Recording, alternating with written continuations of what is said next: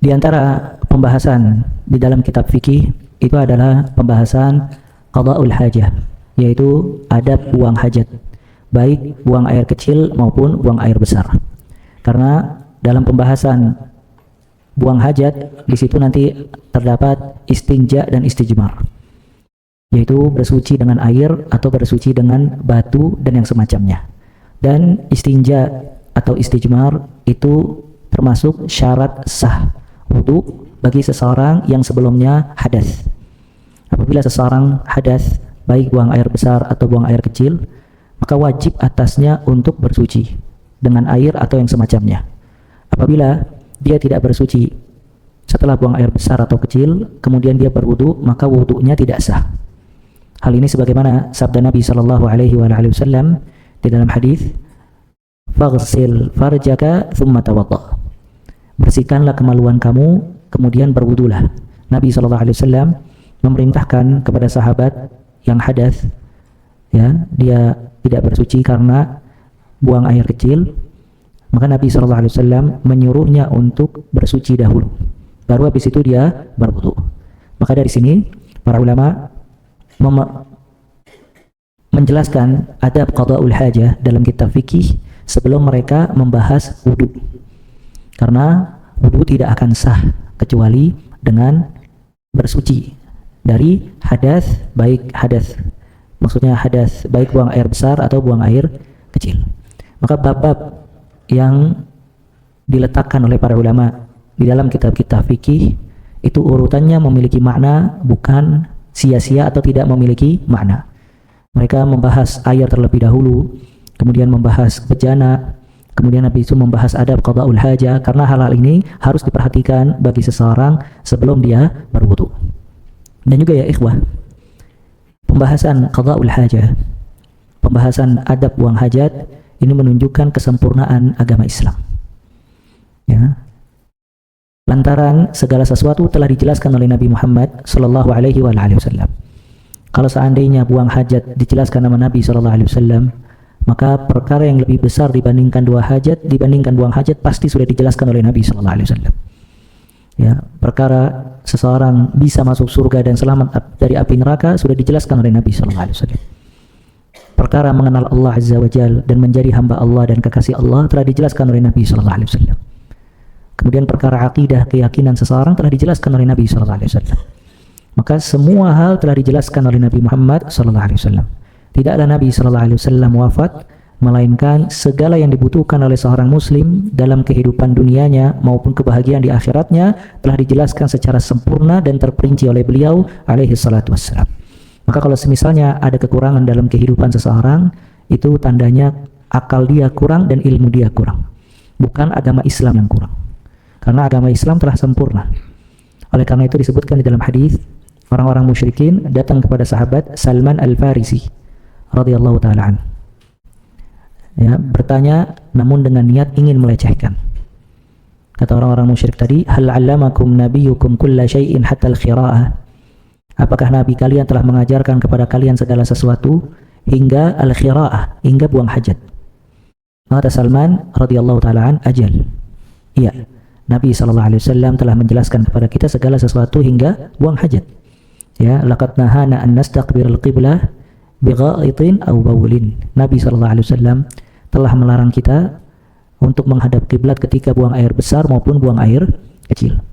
Maka subhanallah, siapa yang memperhatikan kesempurnaan agama Islam dan dia mempelajari agama Islam secara terperinci, dia di atas hidayah dan petunjuk yang sangat sempurna. Dari bangun tidur hingga tidur kembali, kalau seandainya dia menjalankan semua syariat Allah Azza wa Jalla, maka dia berada di atas kebaikan dan kesempurnaan. Dan tidak ada kesempurnaan di dalam syariat seperti syariat Islam, syariat yang dibawa oleh Nabi sallallahu alaihi wasallam. Maka antum lihat orang-orang kufar dengan kemewahan hidupnya, kemajuan teknologinya, katakanlah seperti itu, dengan gaya hidup yang sangat tinggi, kadangkala dia tidak mengetahui tentang hal-hal terperinci berkaitan dengan najis. Berapa banyak di antara mereka kalau junub tidak mandi? Bahkan berapa banyak di antara mereka kalau buang air kecil tidak bersuci? Bahkan berapa banyak di antara mereka tidak tahu bagaimana buang hajat? Ya. dan dia tidak bisa mengajarkan anak-anaknya bagaimana bersuci. Ya, karena tidak ada di agama mereka yang menjelaskan hal ini. Ya, makanya mereka mengambil ilmu dari Islam yang kira-kira bermanfaat buat kehidupan mereka agar mereka tidak terkena penyakit atau hal-hal yang berbahaya. Mereka tidak diwajibkan khitan, sedangkan kita di dalam agama Islam diwajibkan untuk berkhitan. Karena dengan berkhitan disunat itu ada kebersihan dalam kemaluan dan akan selamat dari penyakit-penyakit berbahaya. Hal ini tidak diketahui dengan orang-orang kufar. Kalaupun mereka berkhitan, maka mereka hanya dengan alasan kesehatan. Sedangkan kita berkhitan dan kita khitan anak-anak kita dalam rangka menjalankan perintah Allah dan perintah Nabi Muhammad sallallahu alaihi wasallam. Dalam semua hal. Yang ini menunjukkan kesempurnaan agama Islam. Maka sini sepatutnya kalau kita tahu seandainya buang hajat dijelaskan oleh Nabi sallallahu alaihi wasallam, ya kewajiban kita mempelajari semua syariat Islam yang berkaitan dengan kehidupan kita dan kita mengamalkannya di dalam kehidupan sehari-hari serta mengajarkan keluarga kita. Ya, sayang sekali seorang muslim beragama Islam tapi tidak tahu bagaimana tata cara mandi junub. Tidak tahu bagaimana wudu yang benar. Tidak tahu bagaimana buang hajat sesuai dengan petunjuk Nabi sallallahu alaihi wasallam. Ya, maka Islam yang dia mengaku berada di atasnya sedikit manfaat karena dia membangun agama Islam di atas kebodohan. Kalau seandainya dia pelajari dengan baik, dia mengamalkan segala sesuatunya dengan sunnah-sunnah Nabi SAW, lihat subhanallah, sampai buang hajat saja dia mendapatkan ganjaran di sisi Allah Azza wa Jalla. Padahal dia buang kotoran, namun pelaksanaannya sesuai dengan sunnah Nabi SAW dan perintah Allah, maka dia mendapatkan ganjaran di sisi Allah Azza wa Jalla. Maka di sini kita melihat sebagian besar kita, bahkan sebagian besar kaum muslimin, muqassirin. Mereka lalai dalam bab ini. Mereka jauh dari petunjuk-petunjuk nabinya dan mereka jauh dari syariat Allah Azza wa Jalla. Baik dalam bab akidah, hatinya kosong dari iman, hatinya kosong dari akidah yang benar, tidak pernah mempelajari nama-nama dan sifat-sifat Allah Azza wa Jalla, tidak mengetahui apa sebab-sebab yang dapat menambah keimanan dan apa sebab-sebab yang dapat mengurangi keimanan dan seterusnya. Dalam bab ibadah, mereka jauh dari adab-adab yang benar, tidak tahu bagaimana adab berwudu, adab salat, adab qada'ul hajah. Ya, tidak tahu bagaimana puasa yang benar sesuai petunjuk Nabi sallallahu alaihi wasallam dan seterusnya.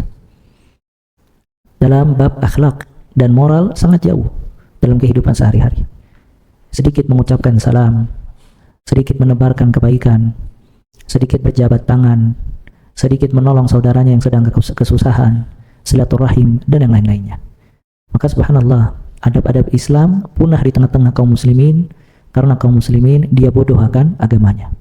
Kalau seandainya dia gali, dia belajar, dia kaji dalam rangka ingin mengamalkan kehidupan sehari-hari di atas petunjuk Nabi sallallahu alaihi wasallam, niscaya dia akan mendapatkan keberkahan yang sangat banyak di dalam kehidupannya.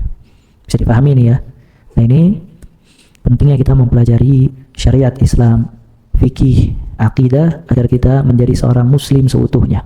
Allah Ta'ala berfirman, ya ayyuhalladzina amanu dukhulu fi silmi kafah. Wahai orang-orang yang beriman, masuklah ke dalam agama Islam secara menyeluruh. Nah, di antara adab buang hajat yang disebutkan di sini yang pertama, termasuk sunnah apabila hendak masuk kamar mandi untuk mendahulukan kaki apa? Kaki kiri. Karena kamar mandi tempat najis, tempat keburukan dan tempat syaitan. Oleh karena itu, penghormatan buat kaki kanan karena biasanya yang kanan dipakai untuk hal-hal yang baik, terhormat. Sedangkan yang kiri biasanya dipakai untuk hal-hal yang kurang baik seperti membersihkan najis dan seterusnya. Nah, karena kamar mandi tempat yang tidak baik, tempatnya syaitan, ya tempatnya buang hajat dan najis, oleh karena itu dia masuk dengan kaki kiri. Kemudian dia mengucapkan bismillah, Allahumma inni a'udzubika minal khubuthi wal khabaithi. Dengan menyebut nama Allah, aku berlindung kepadamu dari keburukan syaitan laki-laki maupun perempuan. Maka doa masuk kamar mandi ada dua. Yang pertama, bismillah.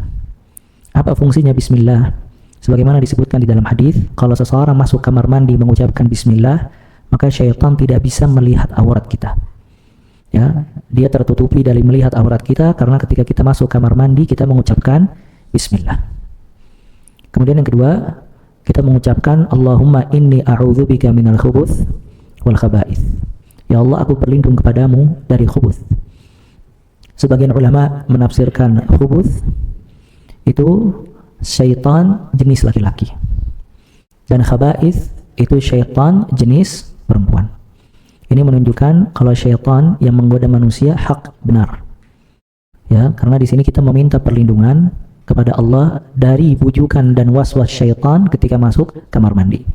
Dan dari sini kita mengetahui kalau kamar mandi tempatnya syaitan.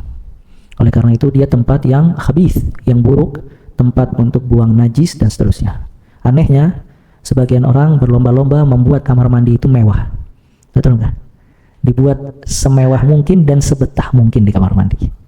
Padahal kamar mandi tempatnya syaitan. Dan ini termasuk bab mubalaghah, berlebihan ketika seseorang membuat kamar mandi menjadi tempat yang mewah.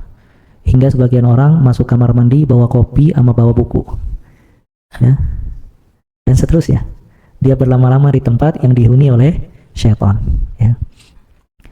Dan sebagian ulama menafsirkan khubuth dan khaba'ith yaitu keburukan-keburukan dan najis-najis. Dan dua-duanya benar, bisa diartikan seperti itu.